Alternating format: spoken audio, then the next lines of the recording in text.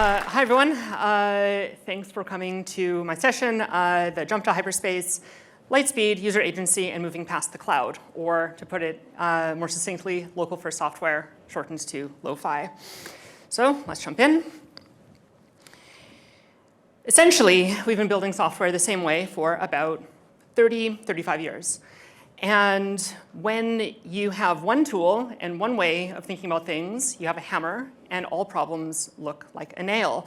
And so it's my job today to kind of take a step back and hopefully broaden horizons a little bit, that there are other ways than versions of the LAMP stack where we can build software using some newer techniques.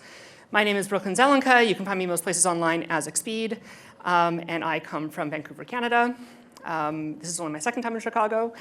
And currently, I lead the access control team at a research lab called Ink and Switch. That project is called Beehive, but I've also worked in a bunch of access control things and local first software for 5.5 years now. I'm the spec editor at the User-Controlled Authorization Networks UCAN working group. And previously, many years ago now, worked on core Ethereum, mostly improving the virtual machine. Programming languages and distributed systems are my jam. If you like either of those things, come find me in the hallway track. I'd love to geek out about that stuff. So today, we're going to cover a couple things. The current state of network software, how things are right now, how we got here. Philosophy and high-level architecture, data, auth, and compute, and why that's not the order you should think about them in. And looking forward to essentially what comes next in local first as well. So before we get into too much content, just so I can gauge where to put time, show of hands, who's heard of local first software before? All right, who's actually built something with it? A little bit. OK, cool. Economic weight class. I am going to pick on AWS here a little bit because they are the, platinum sponsor? Yeah, platinum partner for this conference. This is AWS's set of data centers globally. I've only modified it to make it more legible from the back. And regionally, this is basically how it breaks down. Most of the data centers obviously are mostly in North America, Europe, and the far east of Asia, which makes sense, right? Data centers are extremely difficult to build, maintain, run. They use a lot of electricity. And so you want to put them where your customers are and where people live. And you can avoid putting data centers in uninhabited wastelands like Central America and Africa, which is, of course, not true. Lots of people live in those places. Those people are online. They're just not the ones that are going to make large cloud providers money. If we think about just population, this little circle here has 50 million people in it, which is how many people we have per data center in North America. In South America, it's about 1 data center per 500 million people. And in Africa, it's about 1.5 billion people per data center. And again, from a purely economic point of view, this absolutely makes sense, right? The Cape Town availability zone on AWS is, at least a few years ago, this may have changed, but at least as of a few years ago, was the most expensive place to put data inside of AWS because they don't have an economy of scale. South Africa has rolling blackouts. It doesn't have really the infrastructure to support it, so it's really difficult to run there. But it's not necessarily the easiest to put data close to users in Africa. Even in North America, it really depends on where you've decided to host an application. It has very little to do with the end user and more to do with you, the application developer. So if I want to send a message, let's just say a photo, from Chicago to Detroit, it doesn't go, obviously, it doesn't go directly like this. If we're in the most common case, let's say we put it in US East, then it's going to make this detour here into Virginia and then back. And this is actually kind of a good case, because Chicago's not that far from Virginia, but this is still about 7 times as much time, like latency, energy, carbon, and maintenance on all of those lines. I'm not sure if you remember high school geometry, but this is not the shortest path between 2 points. And really depends on where, again, the developer has decided to host that data. This is a metaphor from the lab director at Ink and Switch, Peter van Hardenberg. He likens big data centers like this to aircraft carriers.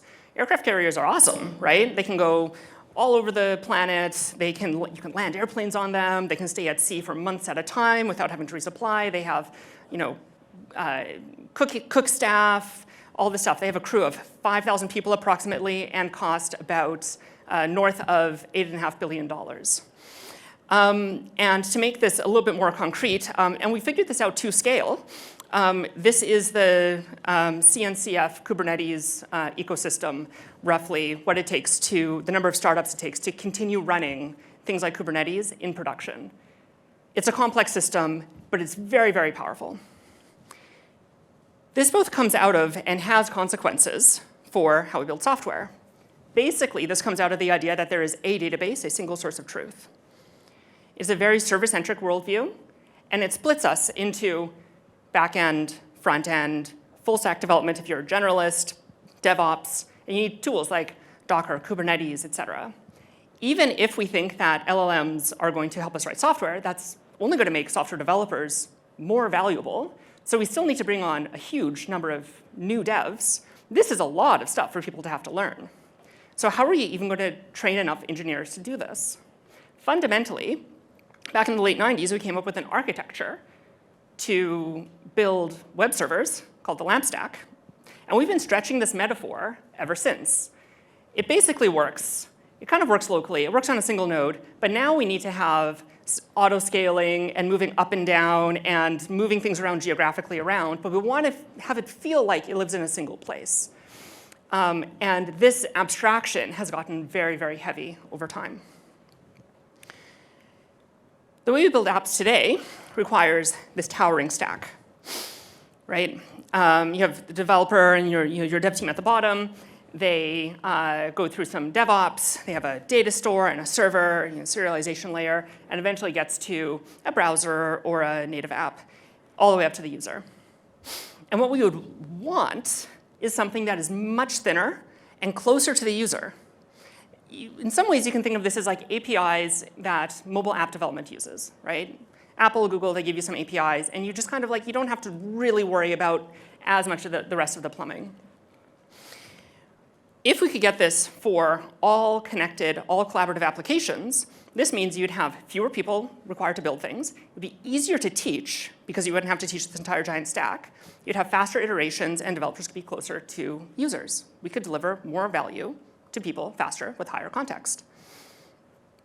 Another consequence of the current way of doing things is you have to host and maintain and keep running an application. And that takes a lot of time and energy and focus. And you can't always do that, right? Google famously kills apps all the time. So this was maybe 6 months or a year ago. They had killed off 295 applications. There's probably well over 300 now. Those users can download their data. Maybe if they're lucky, somebody builds an open source version that they can self-host. Fundamentally, most people don't self-host things. And so that's fundamentally then where data goes to die. And that sucks for users. So when we're thinking about building apps, we get stuck in functional fixedness. A lot of people like to tell this analogy with a candle and thumbtacks and stuff. I prefer this one. So in 1959, they started a competition to do human-powered flight. So no gasoline, no kerosene, none of that stuff, like actually under human power. And it took until 1973 for a team to actually succeed. And that sounds strange. Like, we know how to build airplanes, right? It has like a propeller on the front, has little wheels, wings, all of this stuff. But it took 14 years to figure it out.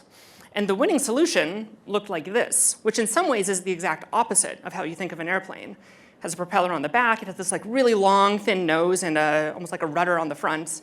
And when they asked the team, why were you able to figure this out when so many other teams failed? They said, well, everyone else was trying to make an airplane.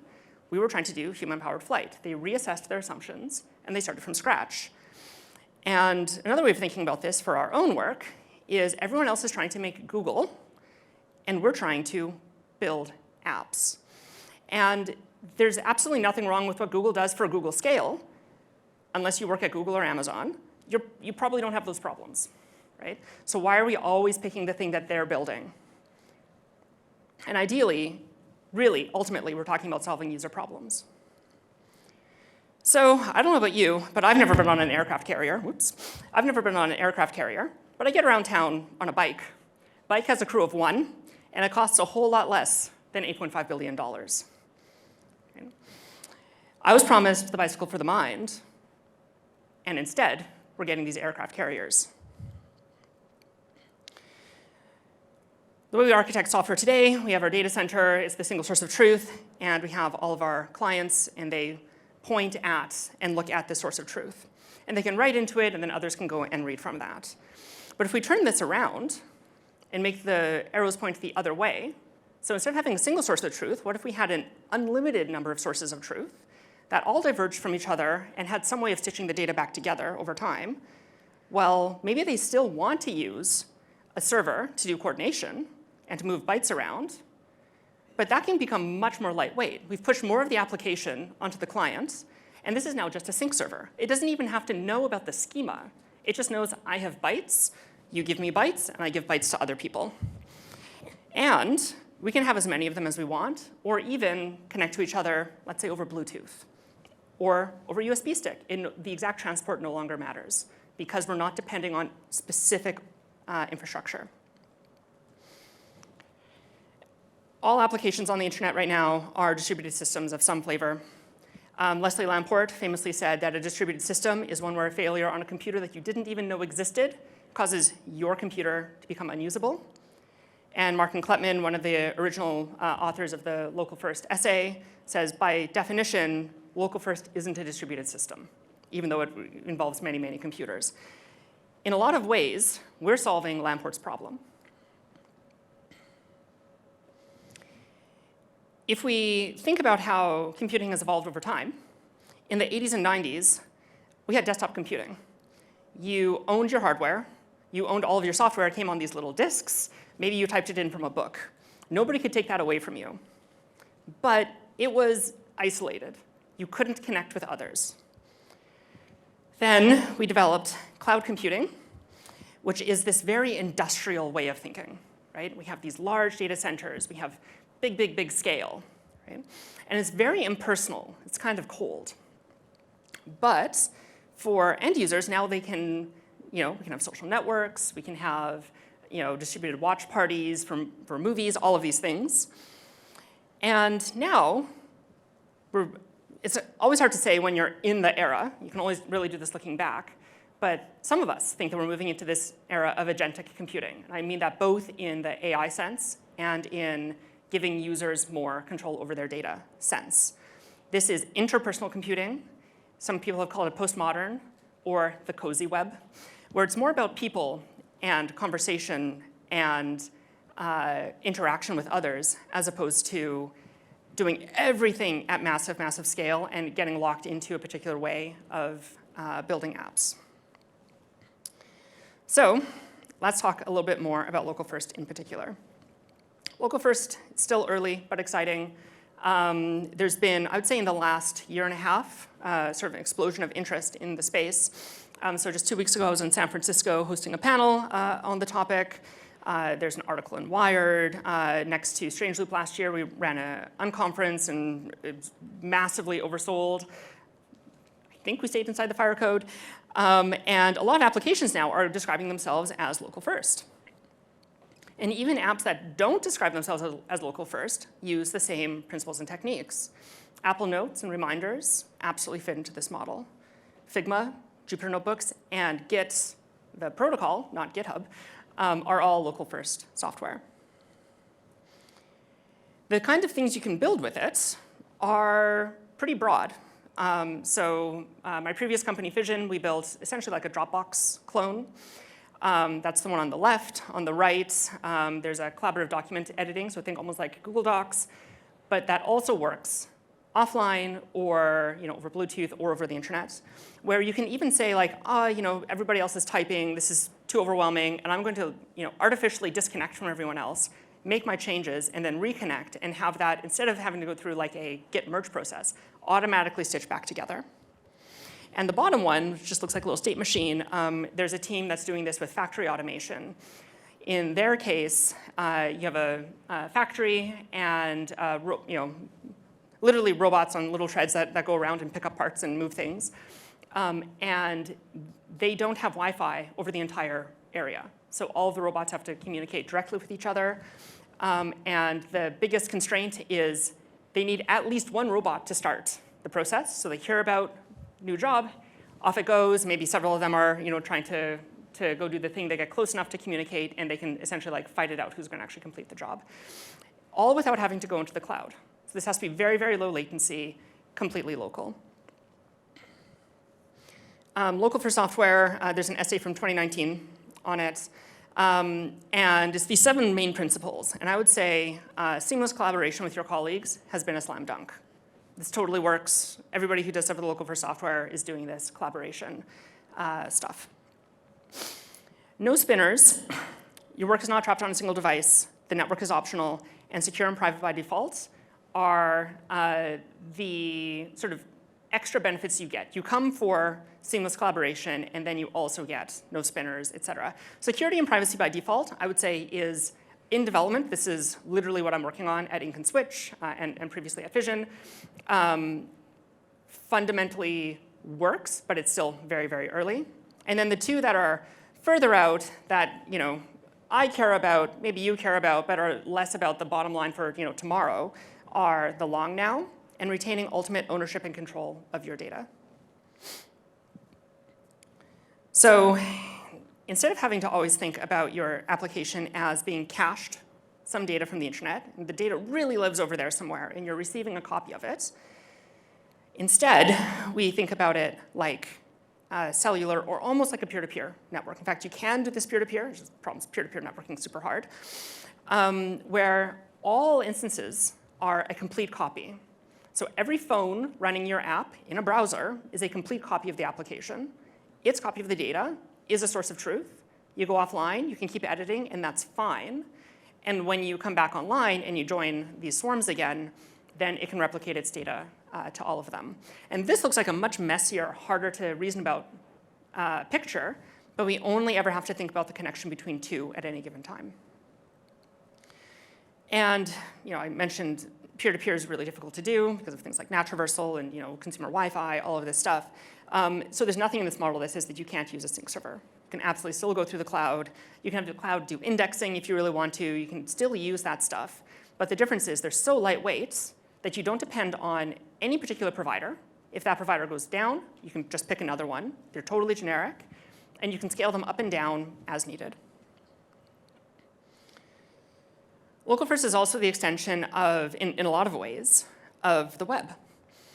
So when the web was founded, or the Web Foundation was founded, they had these 5 principles. Decentralization, so nobody controls the web in its entirety. Non-discrimination, bottom-up design, universality, and consensus of protocols, not consensus in the blockchain sense. And these have all definitely shown up in the media layers. Arguably in the transport layer too, but less so up to the application, right? We can have this completely decentralized substrate called the internet, and you can still end up in a completely centralized application that then, the startup goes under, and now that app is, dead forever. So in local first software, because we're building things in a different way, we have, or at least I like to say that we have these 4 equivalent principles. Entry, so people can join an application.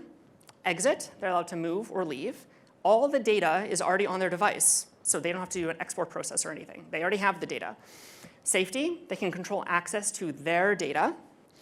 And serve, they can provide capacity to others because if you just need storage and a sync server, that's extremely thin. Anybody should be able to set one of those up, and they're completely interchangeable. So we're talking a lot about distributed systems. Before I dive in a little bit deeper into some of the distributed systems tech underlying this stuff, let's talk about why these are a problem.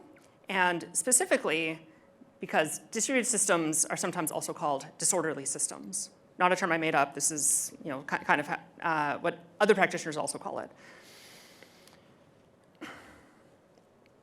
So much of the pain that we experience when trying to take things up into a distributed system, multiple computers, is that we like to treat our application like it's all running locally, but that doesn't reflect the reality. This is the same as when we were saying before, way out at the top of the presentation, we're containerizing things, pretending like they all run totally locally. But actually, they're going out into the cloud, they're being replicated, all of this stuff. And there's new kinds of problems that show up in that setting. And it's really difficult to reason about, even for experts. The amount of complexity is just huge in these systems unless you learn to tame it in certain ways. So to do this in pictures, here's your user agent, and they have a nice request. It has some TCP, HTTP, and JSON. And then it comes into contact with the network. And you have all of these new problems, right? You have unbounded latency, partitions, repeat messages, partial failure, out-of-order delivery. It's a mess. It's hard to deal with. And it's created all these error cases that are new, that you don't have to deal with when you're building your mock app locally.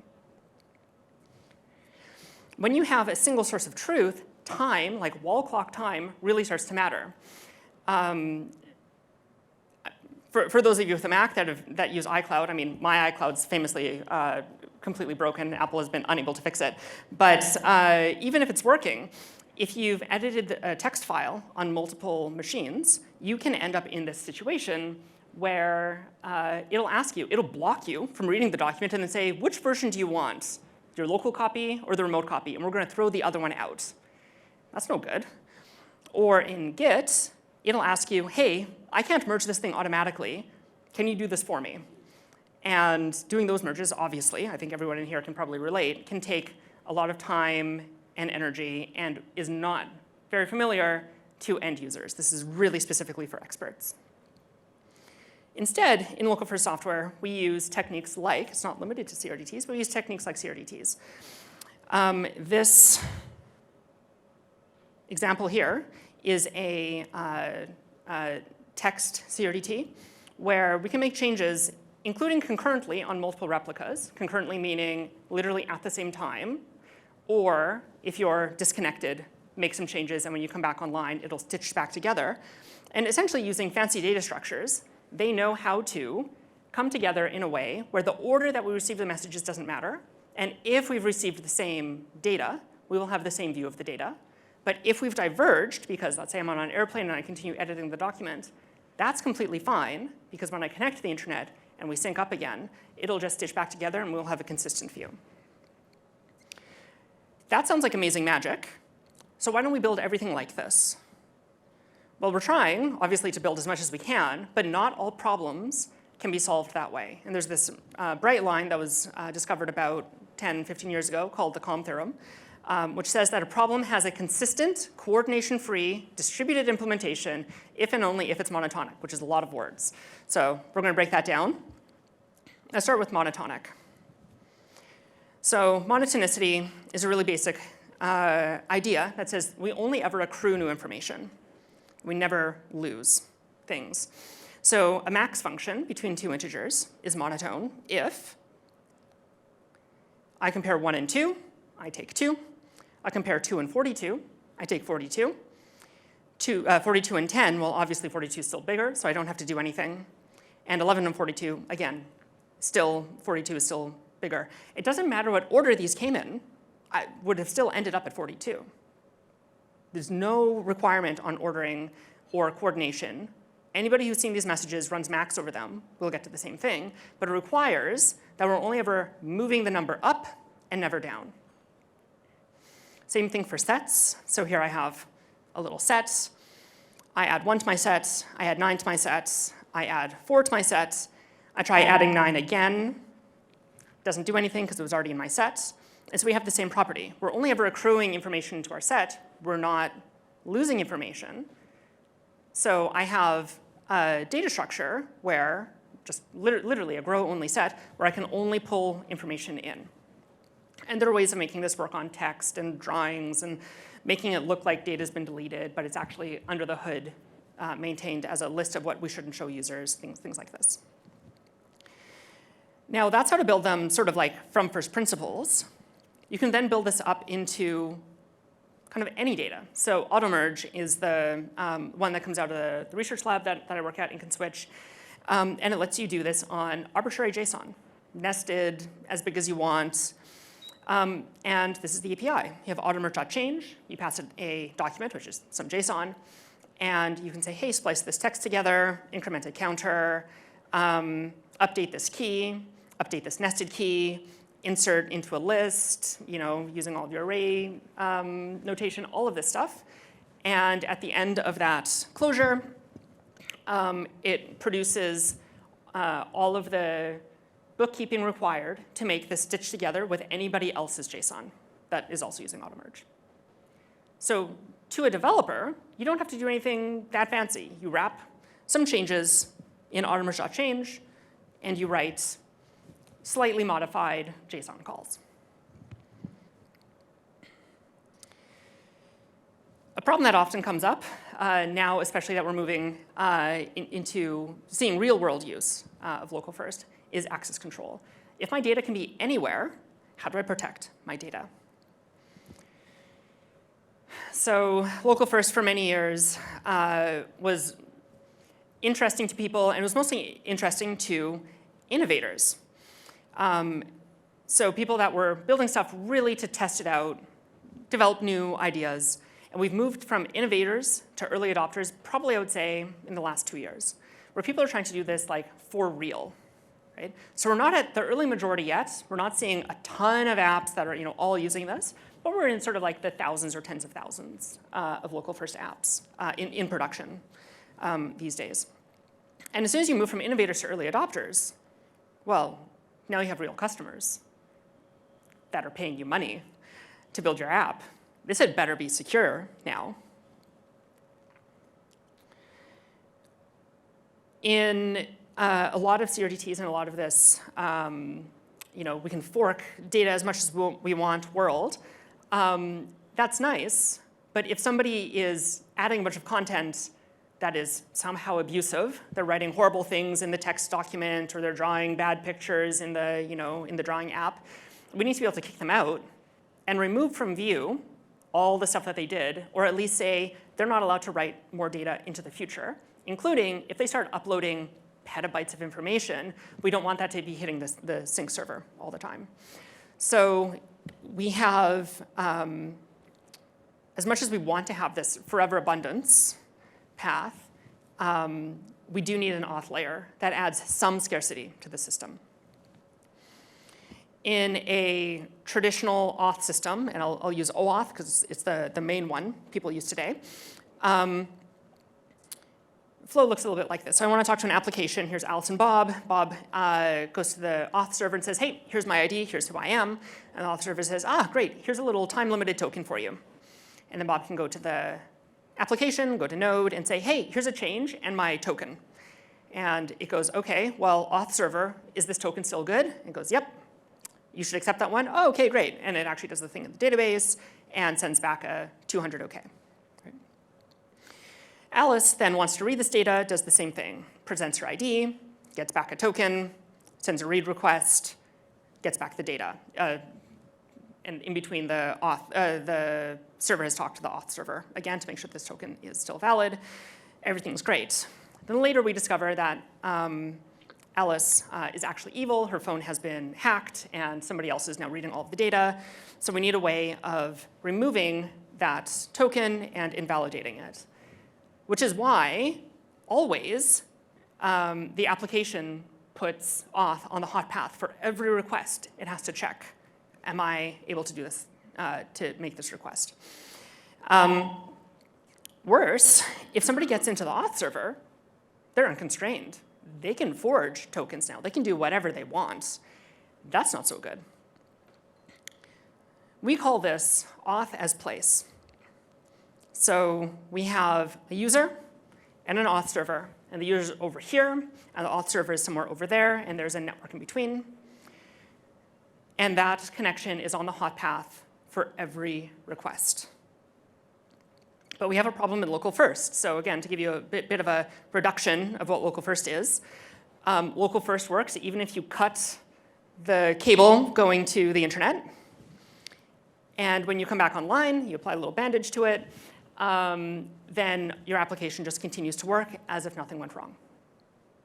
Your app works the whole way through, regardless if you're offline or online. In this world, your auth must travel around with the data. So here's my computer, and it has some change that I've made. And one version of this, we'll talk about both, but one version of this is I have encrypted it. So only I can see it and other people that I share the encryption key with. And here's another device, a phone, and I copy that over. And if they have the key, they can decrypt it. If they don't have the key, they can't. So we have this idea of auth here and data here, auth there and data there. And we just scrub out that last part, and we say auth and data wherever it lives. Who cares how many copies of it there are? Who cares where it lives? Do you have the key or not? The thing that matters is the encryption, and that travels around with the data. Regardless of the auth mechanism, has to travel around with it directly. So when we started out building this stuff a few years ago, we looked at typical frameworks. And they have data at the bottom, Postgres. They have a compute layer like Node. And then above that, they have OAuth, which runs on top of both because it has to, OAuth is registering all of these tokens and whatnot into the database. And we found that that doesn't work. Like these two come across directly, right? So instead of your database, you have something like auto-merge. Instead of Node, you have just browser languages like WebAssembly or JavaScript, or if you're doing something in arbitrary languages, but you have some compute layer. And auth actually has to live at the very bottom of this stack because it supports the data and the compute. Data gets encrypted. Whether or not it's allowed to change has to all travel around with it. So auth goes at the bottom. There's one of my favorite quotes of all time, which is that cryptography is a tool for turning lots of different problems into key management problems. If you've ever dealt with key management, you know that this is a horrifying statement because key management is super hard. But it's getting easier. So we have now things like Passkey, the Web Crypto API, Amazon KMS, all of these things. Some people have cryptocurrency wallets, right? These are all key management mechanisms. And once you have that abstraction, now you can build anything where you say, just sign stuff, give me your public key. And it works regardless of where that key lives. So we can think now, it doesn't matter where data lives, and data can be networked together. Like the data itself can be hash linked, think like Git. Well, we now have a single substrate of data, and we have different users who have keys that let them into different slices of this underlying data network, regardless of application, regardless of where it's hosted, because they're going to copy data down and see what they can decrypt. So what does that actually look like in practice? How do we do this? Well, here's one technique that we've modified. It's called a crypt tree. In this model, every file, so all the leaves of this tree, have a unique key that they're encrypted with. And every directory is also encrypted, and all of the pointers down to its children have the key associated with it. So if I give you access to my photos directory, you can walk down to the GOTO directory with the key to decrypt it. And then inside of that, you'll find all the keys to its children, and recursively all the way down. And then you can find my photo of coffee, the most important thing at any conference. And then we also have to do this in time. So if I've given you access to a particular file or directory at a point in time, maybe I don't want to give you access to that forever. So we have ways of doing what's called ratcheting keys. Essentially, you hash the key to derive a new one. And if I give you access at a certain point in time, you can't read old versions, and I can change that key to lock you out of new versions. So that's read control. What about write control? How do I say I should accept this change from somebody because they've been defacing the document or not? Instead of having this relatively complex picture like in the bottom right corner, which uses access control lists and auth servers, we use a different model called capabilities. We've now seen this used in several different places to great effect. In this version, every document has a key pair. So you create a document, it comes online, it signs a certificate from itself to its owner, and then deletes its private key. I now have a self-certifying certificate that says, this document lets me write to it. I then want to invite other people. I take that certificate and I say, yep, Alice here is also allowed to write to the document. And when she wants to make a change, she includes that entire chain of signatures with it. This is now self-certifying. It doesn't matter where this lives. We just check some signatures, just like how hopefully you're all signing your Git commits. Same basic idea here.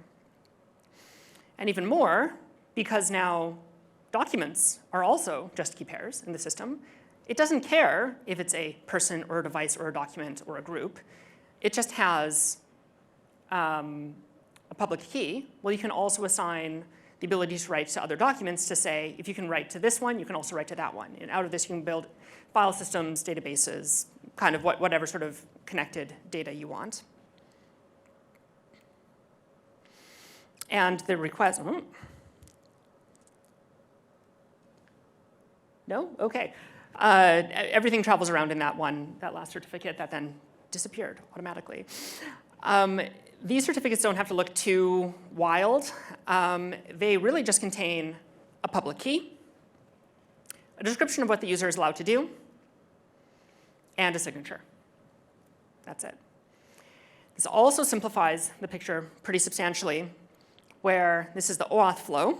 Aaron Parecki this morning was showing OAuth in diagrams that look essentially like this. This is the user granting access to an application through the auth server, and then the application talks to the resource server through this second half. And we're saying we don't want that auth server, so this picture can get simplified pretty substantially, same functionality, and it looks like this because we have one fewer moving piece. So from here to here, and those same boxes. Finally, last part, and this is the one that is the least developed, though people are pretty excited about the possibility of having compute that can run anywhere as close to the user as possible without having to pre-deploy anything. So one way of thinking about this is it's almost like, for those that are familiar, temporal or serverless, where both the compute and the data can move around independently in the network. The way we make this work is you have some arguments to a function. That is WebAssembly.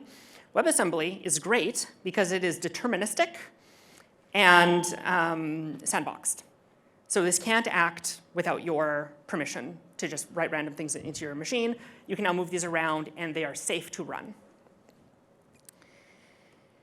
We hash link those together. So again, just like how Git will refer to things by hash, we create what we call a task, which is the bundle of these together.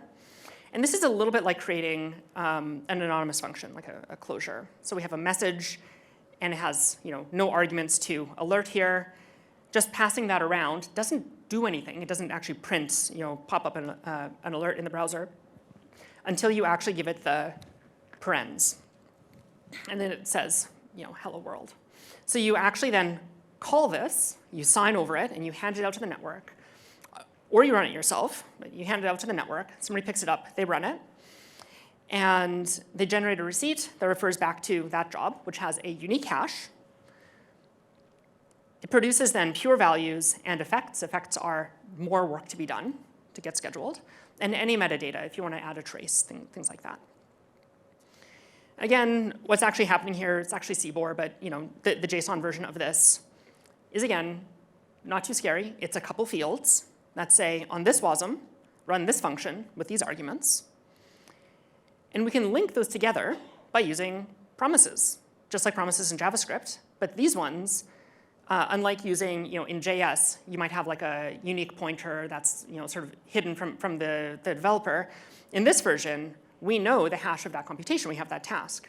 And so we refer to, when this thing finishes, take its output and put it in here, which then lets us build up graphs of computation, where at each of these awaits, right, again, promises, right?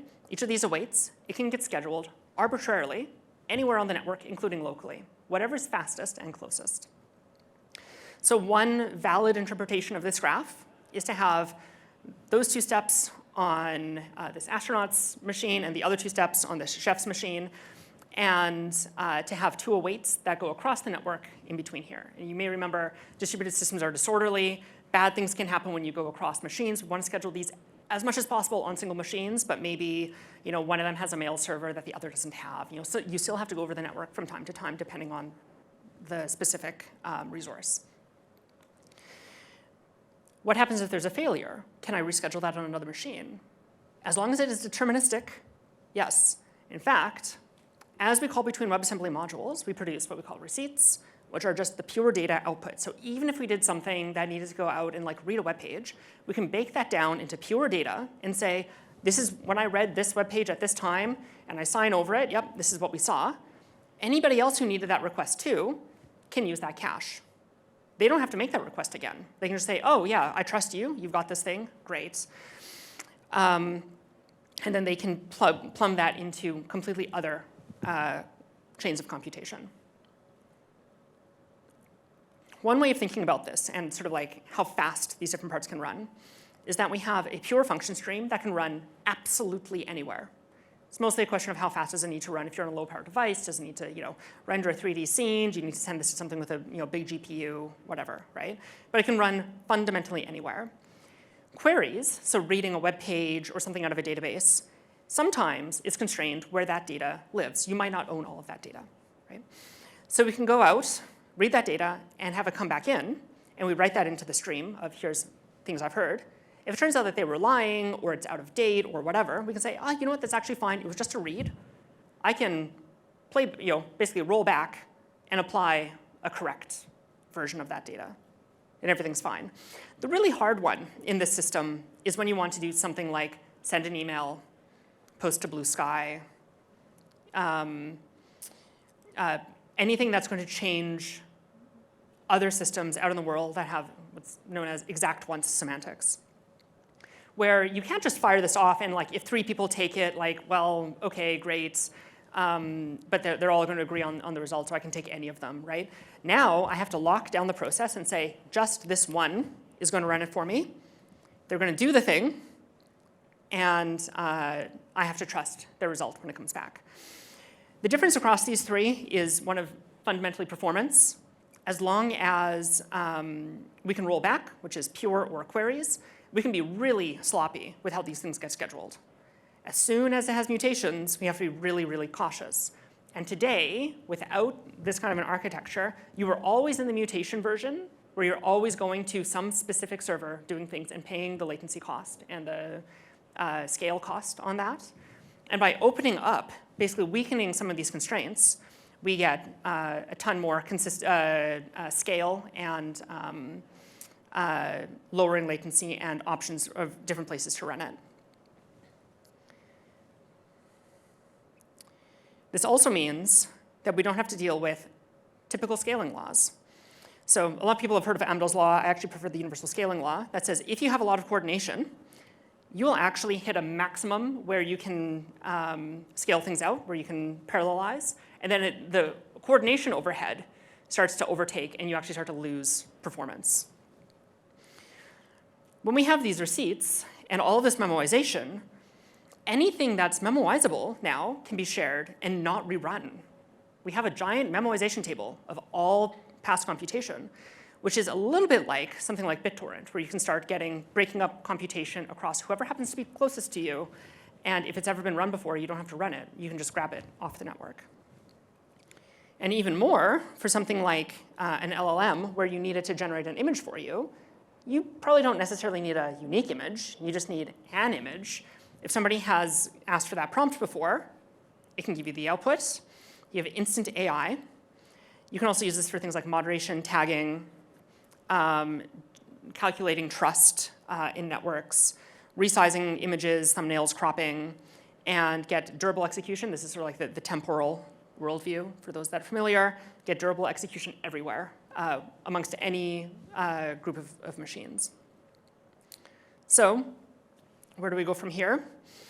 We've been told that there are 2 options. There's front end and back end. And what they didn't show you in the matrix is actually there was a third hand with a third pill.